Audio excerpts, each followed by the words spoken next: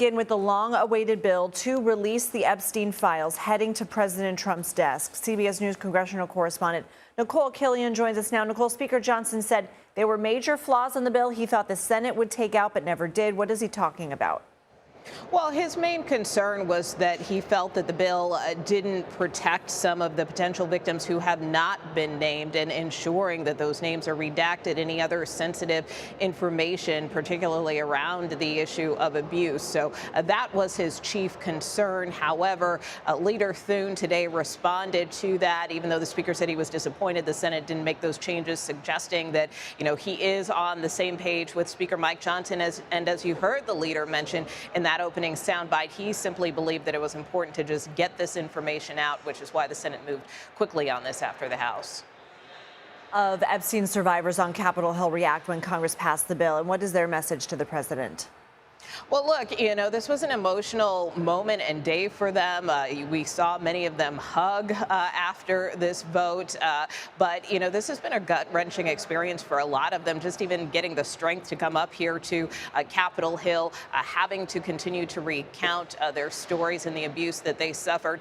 But they do believe that it is worth it in the end if these files are eventually released. I spoke with one of those survivors, Jenna-Lisa Jones, who told me what she thinks the Epstein files may contain. Take a listen. If these files are eventually released, what do you believe will come out of them?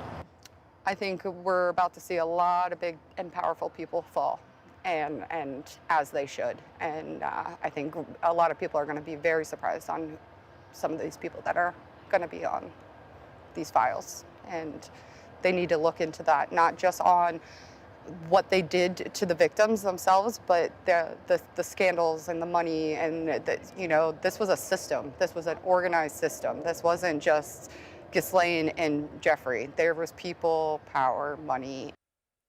She believes this could be a potential reckoning moment, and while she was supportive of the president and even voted for him, she did tell me that she was disappointed in the way that he has handled this whole Epstein saga, but nonetheless, she remains hopeful that ultimately he will sign this bill into law.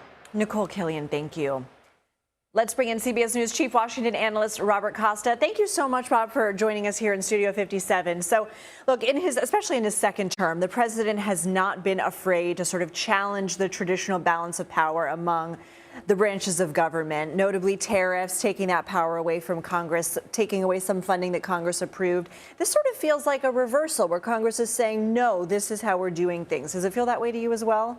In part, it's a response by Congress to their own loss of power. They have seen the executive branch, because of President Trump's actions, really assert itself in the past year. At the same time, based on my reporting, this is really about congressional Republicans responding to their own voters who are clamoring for more information about the Jeffrey Epstein investigation. It's not so much they want to push back against President Trump. They want to make sure their voters feel satiated about what they're doing in Washington on this issue.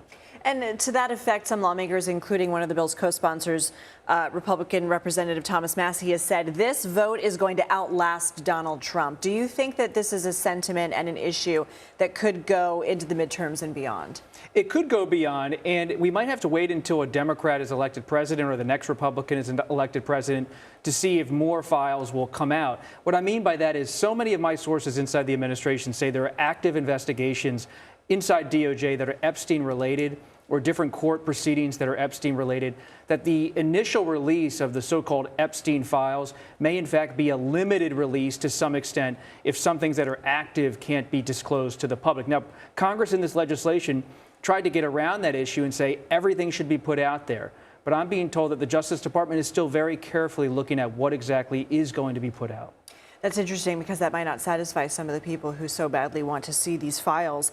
Let's also talk about something that Representative Massie told the New York Times Daily podcast. That is, he thinks this whole matter has been a self-inflicted wound on behalf of President Trump. Is anyone else in Washington sharing that view? Many in Washington, especially my Republican sources, are saying they need to move on from this issue. I've been told that President Trump has spoken to senators and congressmen saying this Epstein stuff, whether you're passionate about it or whether you're ambivalent about the investigation, it's time for Republicans to talk about the economy because they feel there's real heat on the horizon politically if they're not addressing the issue of affordability which was so front and center in recent elections in New York, New Jersey, and Virginia. And so Republicans feel distracted by this. But as we saw from Nikole Killion's reporting, this is an emotional issue. It's not just a legal issue. People are looking at the pain of victims and people who have made allegations against Jeffrey Epstein and really wondering when are there going to be more answers. So this is beyond politics, which gives us a different charge. All right, Robert Costa, thank you so much. Thank you.